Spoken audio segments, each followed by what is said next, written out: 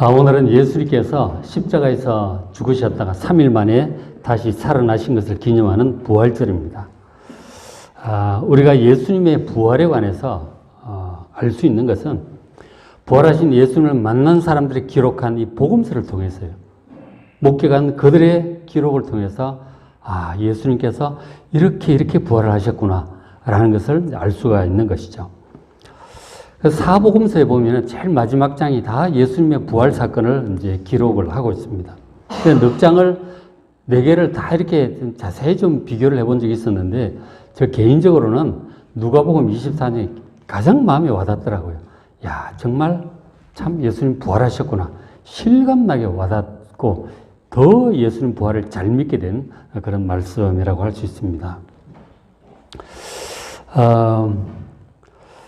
예수님의 부활이 왜 중요하냐면 예수님께서 그렇게 죽음을 이기고 살아나셨듯이 우리도 그렇게 살아날 것이기 때문이에요. 그래서 예수님 부활 사건이 굉장히 중요한 겁니다. 그것을 보고 나도 죽겠지만 언젠간 이렇게 예수님처럼 다시 부활하겠구나, 살아나겠구나. 근데 그것을 이제 믿게 되는 것이죠. 예수님께서 그러셨거든요. 가시면서 마지막 날 내가 너희를 다시 살릴 거라고 말씀을 하셨거든요. 그래서 이 부활이 굉장히 중요한 겁니다. 부활에 대해서 확실히 알고 확실한 믿음을 가지고 나도 장차 부활할 것이라고 하는 확실한 소망을 가지고 사는 것이 이것이 진실한 그리스도인입니다. 그런데 신약 성경에 이제 나타난 이 복음서와 바울서신 있는 사도들과 1세기 그리스도인들을 이렇게 느껴보면 그들의 신앙은 예수님의 부활, 예수님의 다시 오심, 이런 것에 대한 믿음이 아주 확고해요. 굉장히 확고합니다. 근데 그것에 비해서 우리 시대, 21세기 우리 시대 교인들을 보면 예수님의 부활이나 예수님께서 다시 오심, 최후의 심판, 자신의 부활, 영원한 영생에 대한 믿음, 이런 것들이 1세기 성도들과는 많이 뒤떨어지지 않나. 그런 생각을 좀 하게 되는 거죠. 너무나 현실만 쳐다보고 사는 것이 아닌가라는 그 차이를 좀 느껴보게 됩니다. 그런데 분명히 알다시피 예수님께서 오셔서 가장 많이 강조하신 말씀이 바로 하나님의 나라였고 천국이고 부활과 영생, 이런 것이었음을 잘 생각하시고 우리의 신앙을 하나님 나라 중심으로 다시 한번 잘 가다듬는 이 시간 되시길 바랍니다. 신약 성경이 예수님의 부활 사건을 아주 자세히 기록을 하고 있는데, 이렇게 기록을 한 목적은 예수님의 부활이 믿기가 어렵기 때문이에요. 이게 어려워요. 너무나 처참하게 죽으셨는데 보통 잠깐 기절했다가 깨어난 것도 아니고 너무너무 처참하게 죽으신 거예요. 십자가 처형이라고 하는 것은 인류가 구하는 사형 방법 중에 가장 잔인하고 고통스러운 방법이에요. 이 못을 박아 이렇게 죽을 때까지 매달아 놓는다고 하는 게 말할 수 없는 고통인 거죠. 그리고 보니까 실제 죽었는지 확인해 보거든요. 덜 죽었으면 빨리 죽으라고 다리를 꺾어버려야거든요. 그렇게 하는데 십자가 양쪽 강도들을 꺾었는데 예수님 보니까 죽은 게 100% 확실해. 그러니까 다리 꺾을 필요도 없고 창만 한번 찌르고 만 거죠. 그렇게 죽으신 거예요. 너무너무 처참하게 죽으셨단 말이에요. 그런 예수님이 다시 살아나셨다는 것은 상상도 할 수 없는 일인 거죠. 그래서 이제 자세히 기록을 하고 있는데, 문제는 우리가 그 예수님의 부활을 반드시 믿는 사람이라야 구원을 받을 수가 있는 거예요. 그리고 그 사람도 부활하고 영생을 할 수가 있기 때문에 이 첫 목격자들이 기록한 복음서를 잘 읽고 여러분 예수님 부활을 확실하게 믿는 여러분 되시기를 주의 이름으로 축원합니다. 확신이 필요해요. 확신이 필요합니다. 예수님께서 부활을 하셨는데 부활하신 그 예수님을 처음으로 만난 사람들, 처음으로 목격한 사람들은 12제자가 아니었고 여인들이었어요. 그러니까 여제자들이었어요. 누가복음 24장 1절 보면 안식 후 첫날 새벽에 안식일이 이제 토요일이잖아요. 예수님 금요일 날 죽으셨고, 해지기 전에 이제 다 내려서 장사를 한 거죠. 그리고 토요일 하루 지나고, 토요일에 안식일이었으니까, 그리고 안식 후 첫날, 주일날, 일요일 날 새벽에 이 여자들이 누구냐면 그 10절의 끝에 보면 이 여자들은 막달라 마리아, 요한나와 야고보의 모친 마리아 뭐 이런 여인들이 있었어요. 자, 이 여인들이 그 준비한 향품을 가지고 무덤에 갔어요. 왜냐하면 예수님께서 십자가에 처참하게 죽으시고 뭐 서둘러서 이렇게 장례를 해서 빨리 했기 때문에 그 시신의 피라든가 이런 게 다 이제 그대로 제대로 안 닦였을 거라고 여긴 거죠. 그래서 이제 그걸 제대로 닦아드리고 향품을 발라드리려고 이제 무덤으로 간 거죠. 근데 문제는 그 무덤이 이제 지금 우리처럼 땅을 파고 하는 것이 아니고 동굴을 파가지고 옆으로 파가지고 넣고 그리고 큰 돌을 굴려서 이제 막아 놓는 그런 무덤이란 말이에요. 근데 이 자기들이 가서 이 돌 무덤 입고 있는 돌을 굴릴 자신이 별로 없죠. 어떡하나. 누가 남자라도 있으면 도와달라고 해야지. 근데 그러고 이제 갔겠죠. 근데 갔는데 이전에 돌이 가보니까 무덤에서 벌써 굴려져 있어. 무덤 입구가 열려 있는 거죠. 뭔 일인가 싶죠. 놀래가지고 들어갔더니 시신이 없는 거죠. 들어가니 주 예수의 시체가 보이지 아니하더라. 그 4절에 이로 인하여 근심합니다. 그래서 누가 예수님 시신을 훔쳐갔는가? 큰일이다. 어떡하지? 근심을 하고 있습니다. 그렇게 하고 있는데 문득 찬란한 옷을 입은 두 사람이 갑자기 곁에 나타난 거죠. 마태복음, 마가복음 이 보면은 천사들이었던 것이죠. 눈부신 옷을 입고 나타난 두 청년이 나타났어요. 천사가 나타났어요. 그래서 이제 그걸 본 거죠. 근데 천사를 보고 일단은 두렵죠. 갑자기 이제 얼마나 두렵겠어요. 그래서 이제 이 여인들이 24장 5절에 여자들이 두려워 얼굴을 땅에 댑니다. 두려우니까. 그 두 사람이 천사들이 말합니다. 6절에 여기 계시지 않고 살아나셨느니라는 거죠. 시신을 찾으러 온 그들에게 살아나셨다는 거예요. 천사들에게 먼저 처음 들은 말은 살아나셨다는 말이었어요. 그 천사들이 하는 말이 갈릴리에 계실 때에 너에게 어떻게 말씀하셨는지를 기억하라. 예수님께서 무슨 말씀을 하셨냐면 그 7절에 그러죠. 인자가 죄인의 손에 넘겨져 십자가에 못 박히고 제3일에 다시 살아나야 하리라. 그렇게 얘기를 하신 거예요. 그러니까 순한 예고죠. 내가 대제사장 서기관 이들에게 붙잡혀가지고 채찍도 맞고 조롱당하고 그러다가 죽을 거다. 십자가에 못 박혀 죽을 거다. 그러나 제3일에 3일째 다시 살아날 것이다. 그 얘기를 그 복음서에 보면 3번을 하셨어요. 기록된 것만 해도 3번이. 마지막은 이제 그 예루살렘 여행하는 중에 이제 그런 얘기를 하신 거죠. 죽을 것이다. 그러나 3일 만에 살아날 거라는 얘기를 3번을 하셨어요. 그 제자들은 그때 이 얘기가 귀에 잘 들어오지 않았던 것이죠. 지금 예수님께서 사람들이 능력이 있고 인기도 막 절정이 있는데 이제 곧 왕이 되시지 않겠는가? 그럼 자기들이 높은 자리를 누가 차지할까? 뭐 그런 궁리를 하고 있었기 때문에 예수님이 죽으신다는 얘기를 해도 귀에 들어오질 않아. 그냥 지나가는 거죠. 그러니 뭐 부활한다는 얘기는 더더구나 기억에도 없는 거죠. 전혀 와닿지 않는 거죠. 그런데 이 여인들은 지금 천사들이 이런 얘기를 하니까 그게 기억이 난 거죠. 아, 그래. 그런 얘기 하셨었어. 그때 무슨 얘기인가 했는데 다시 살아나셨다는 그 말씀대로 살아나셨다는 거예요, 지금. 그 얘기가 다 기억이 나는 거죠. 그래가지고 그 말을 듣고 예수님 하셨던 말씀이 기억이 나면서 아, 예수님 살아나셨구나. 얘들이 굉장히 기뻐하면서 이제 제자들에게 돌아가서 소식을 전했던 것이죠. 24장 9절 무덤에서 돌아가서 이 모든 것을 11사도와 모든 이에게 알립니다. 11사도 한 명은 어디 갔어요?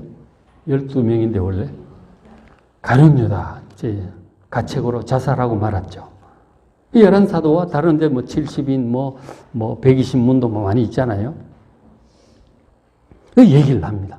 굉장히 기쁜 마음으로 천사들의 소식을 듣고 얘기를 한 거죠. 말씀하신 대로 살아나셨다는 거예요.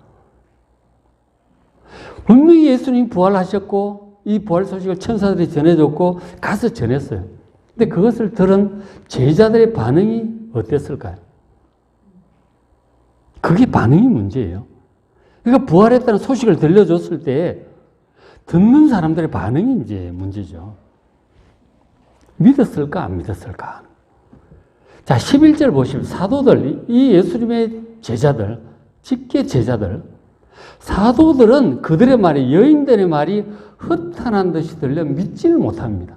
무슨 얘기하느냐 이게. 아니 그 어떻게 죽으셨는데 뭐 예수님께서 말씀하신 건 잘 기억도 뭐 나는지 안 나는지 잘 모르겠는데 어떻게 못 믿겠다는 거죠. 말도 안 된다는 거예요. 허탄하다. 말도 안 된다는 거죠. 근데 어쨌든 그 얘기를 듣고 12 중에 베드로가 12절에 베드로는 일어나 무덤으로 바로 뛰어갑니다. 아니 시신이 없어졌다는데 믿든 안 믿든 일단 안 믿어도 이제 시신이 걱정이고 믿어도 그렇고 그렇잖아요. 일단 행동이 빠르죠. 뛰어갔어요. 가서 들어보니까 세마포만 보이고 시신이 없는 거죠. 야, 이게 도대체 어떻게 된 거냐. 그 된 일을 놀랍게 여기면 야, 희한하다.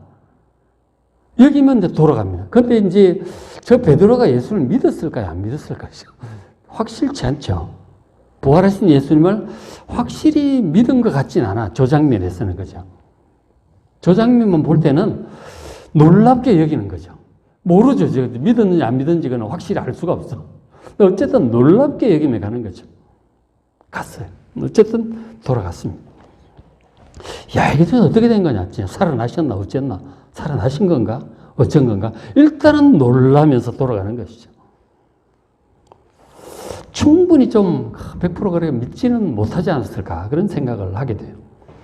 어쨌든 부활이라는 게 부활 소식을 들었을 때 믿기가 어렵다 하는 거죠. 믿기가 어렵다. 예수님께서 십자가에 죽으신 것이 내 죄 때문에 대신 죽으셨다는 사실, 그것도 믿기가 쉽지가 않아요. 2000년 전에 죽은 그분이 나하고 뭔 상관이 있느냐. 그런 반응들을 많이 하죠. 죽은 사람이 어떻게 살아나. 또 예수님 다시 오신다는데 그것도 믿기가 쉽지 않죠. 천국이라든가 새하늘과 새 땅, 우리의 부활과 영생, 참 믿기가 쉽지를 않아요. 그러니까 이게 사실은 복음의 핵심이거든요. 예수 믿으면 뭐 복받고 다 잘 된다.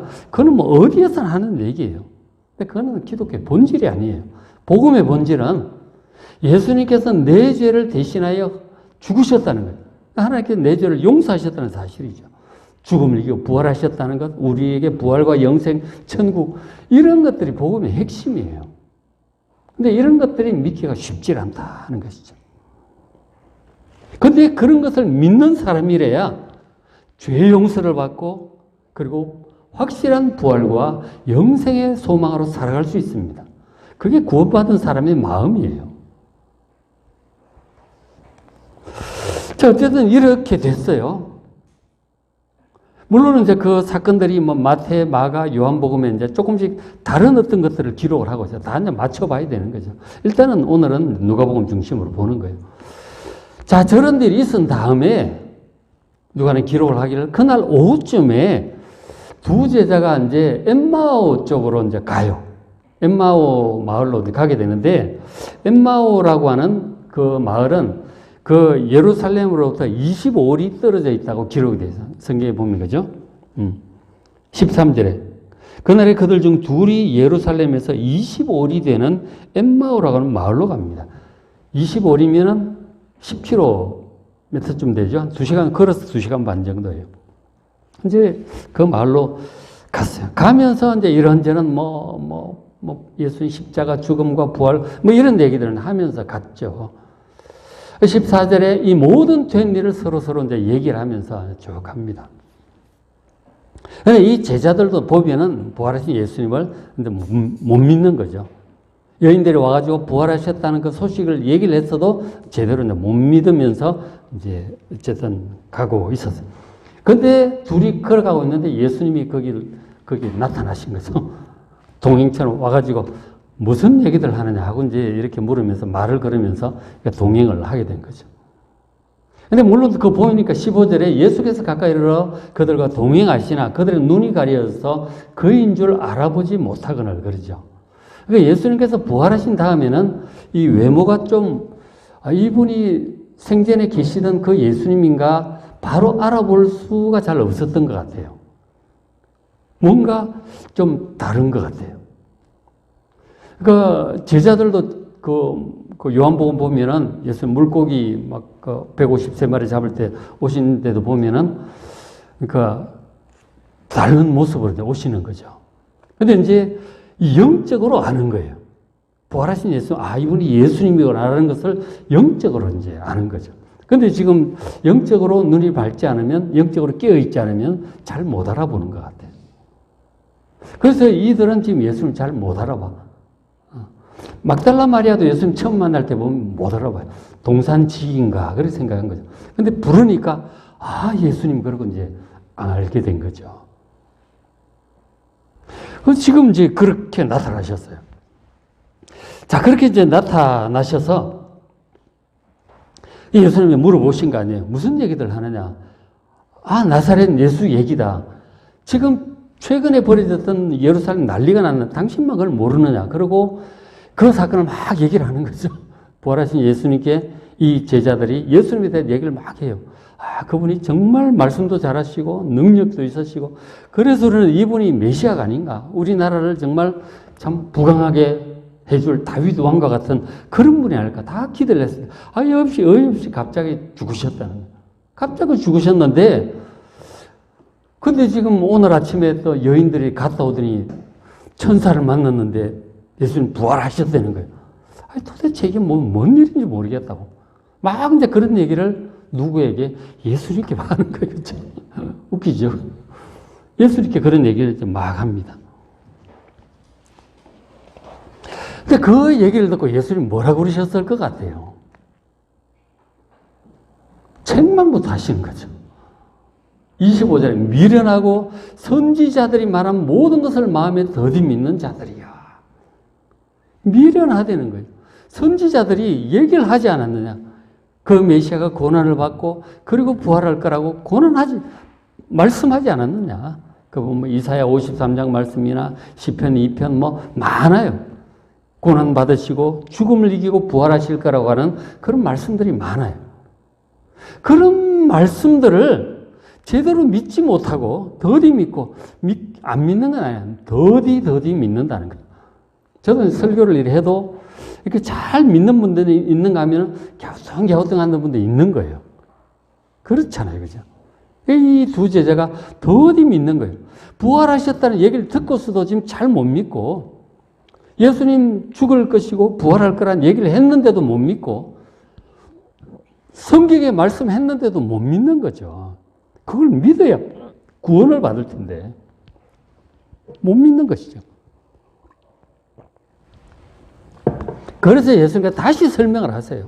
20절 이에 26절 그리스도가 이런 고난을 받고 십자가에 못 박힌 고난을 받고 그리고 자기 영광에 들어가야 할 것이 아니냐. 이 영광은 부활과 승천과 하나님의 우편에서 다스리심 이런 것들이죠.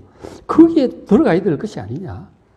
그러시면서 막 이제 설명을 하시는 거죠. 27 이에 모세와 모든 선지자의 글로 시작하여 모든 성경에 쓴 바 자기에 관한 것을 자세히 설명을 하십니다. 막 걸어가시면서 이 모세의 글이라고 하는 것은 모세 오경을 얘기하는 거죠. 창세기, 출애굽기, 레위기, 민수기, 신명기. 그리고 모든 선지자의 글. 선지자의 글은 전선지서, 후선지. 전선지서는 역사서를 얘기합니다. 여호수아, 사무엘상하, 열왕기상하 이런 것들이죠. 그리고 후선지서는 이사야서, 예레미야 이런 것들을 얘기하고. 그리고 모든 성경, 거기는 성문서들이죠. 시편, 잠언 이런 것들. 그러니까 구약 성경의 모든 내용을 가지고 이런저런 말씀을 인용하면서 예수님의 고난과 그리고 부활에 대해서 직접 막 설명을 해 주신 거죠. 이 가는 그 두 제자들에게. 저도 그 설명을 참 직접 들어봤으면 얼마나 좋았을까 싶어요. 얼마나 설명을 잘해 주셨겠어요? 막 얘기를 해 주신 거죠. 그래서 이제 그런 얘기를 해 주셨는데,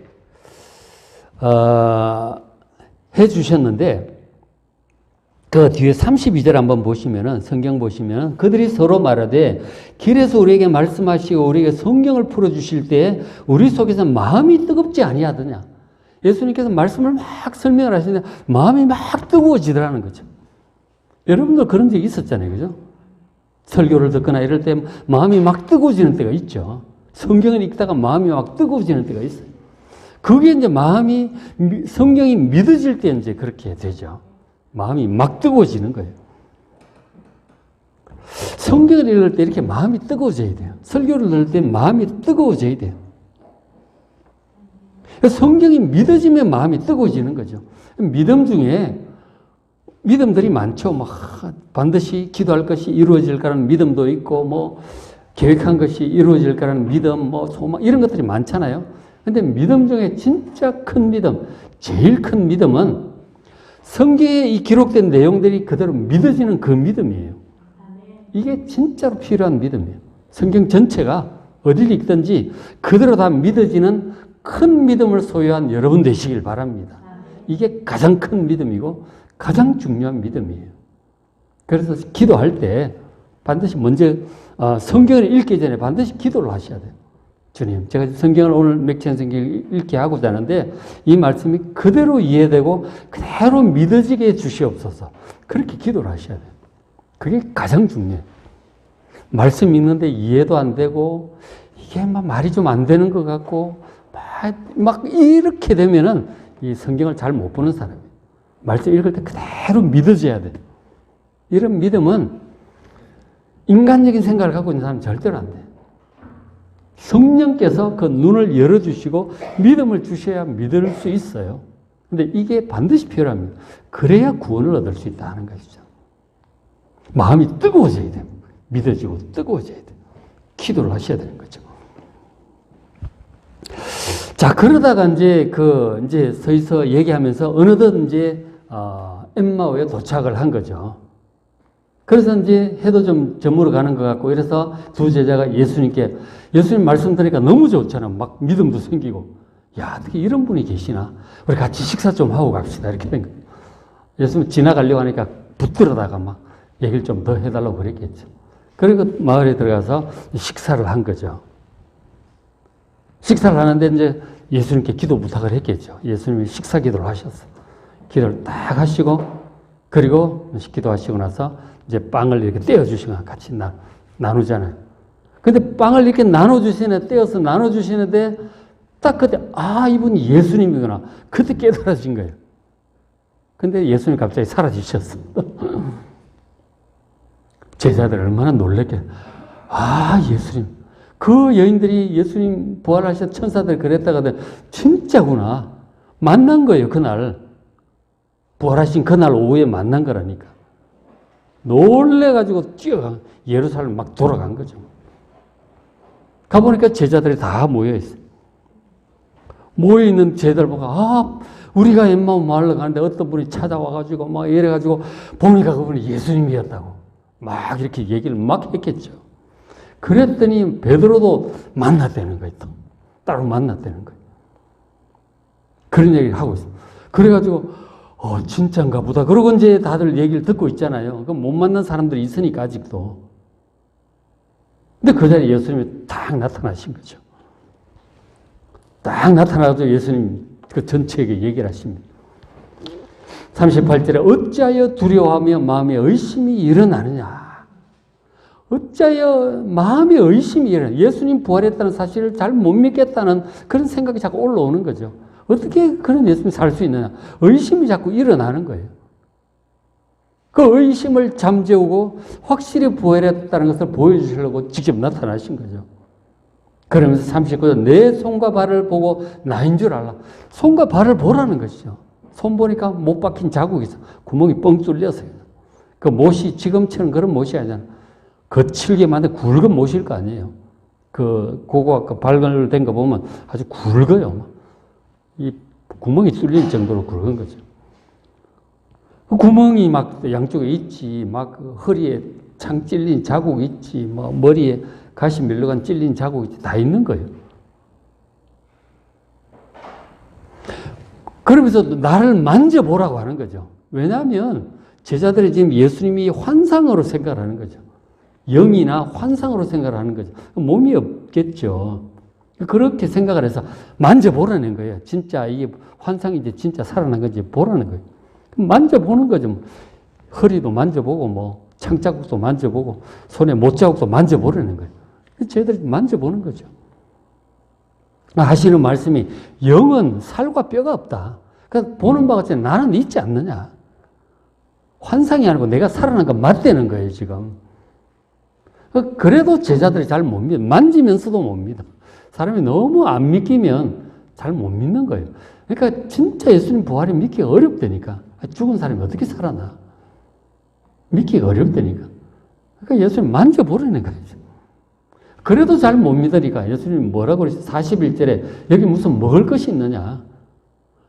귀신이 뭘 먹겠어요, 그죠? 영은 먹을 수가 없죠.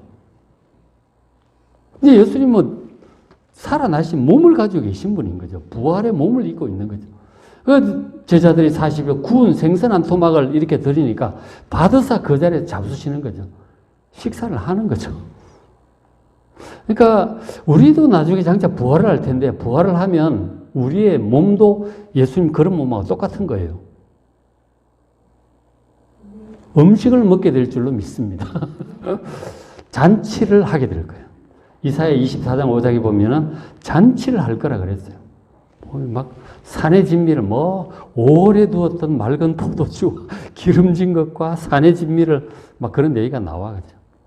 그리고 뭐 요한계시록 생명 과일 얘기도 나오고 생명수 얘기도 나오고 12가실이 막 달마다 열린다 그러잖아요. 한 예에 불과한 거죠. 훨씬 맛있을 줄로 믿습니다. 먹어도 살도 안 찔 거야. 음식을 이제 먹게 될 거라는 것은 저건 비유가 아니죠. 그죠? 비유가 아니에요. 실제로 음식을 드신 거죠. 그렇죠? 다만 이제 그 몸이 막 여기도 나타나다 저기도 나타나다 문이 닫혀 있는데 들어오기도 하고 그 부활의 몸은 좀 다른 것 같아요. 그죠?